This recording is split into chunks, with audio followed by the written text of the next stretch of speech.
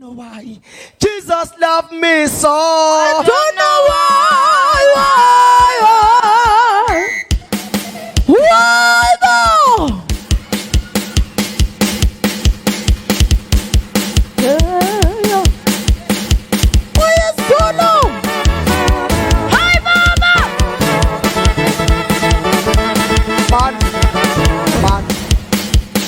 Kabe ngiyalivuma manje angilazi icala lami. Kabe ngiyalivuma manje angilazi icala lami.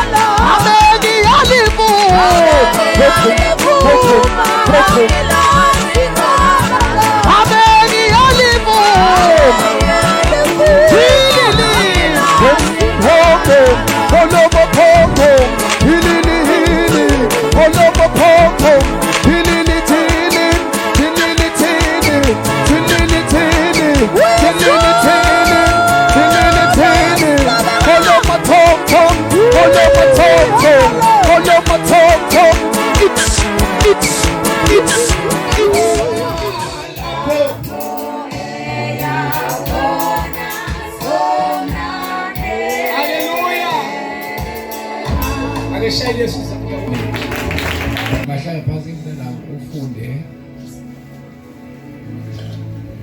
1. Ke kaloku phambi komthendeleko wepasika esazi uYesu ukuba lifikile ilixa lokuba anduluke kweli hlabathi aye kuyise. Kwaku before akubekho crucify. Amen. Kwaku before besidla isidlo, which means after isidlo kwadliwa iHoly Communion and then kwase bese kuhlanjwa inyama sibele babenkosi. But ke ngoku the reason thina senza sizoyenza on Sunday kungoba asiyo it's not that ba uYesu wethu nguYesu manje faqo. Amen. Ayiyesu ayo lo chilo litshele nto senza leyo memorial service ucaba ngoma sisitike ulanda ba uHoly Communion yayityiwe before angene engcwabeni before avuke.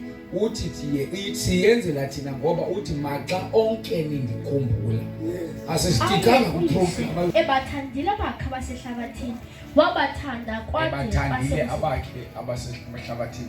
Itopic yami yanamhlanje le ngokwega ngala atonement.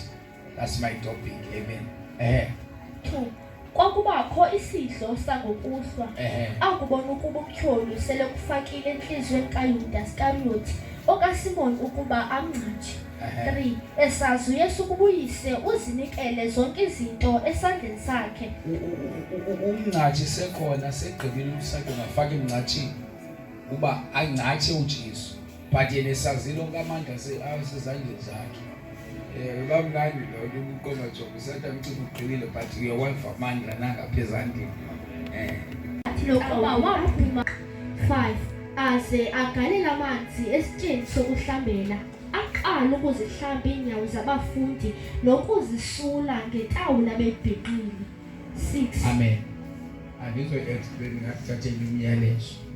Sizocela ingoma hlamba inyawo ze-leadership yenkonzo. Amen. Hlamba inyawo zabafundi. Cela ke ingoma ndiyaqalisa ngoku. Noyihlabela kokoko ke ngoku after ndigqibile the leaders I don't know set up here. Yebo lifikile ibangeli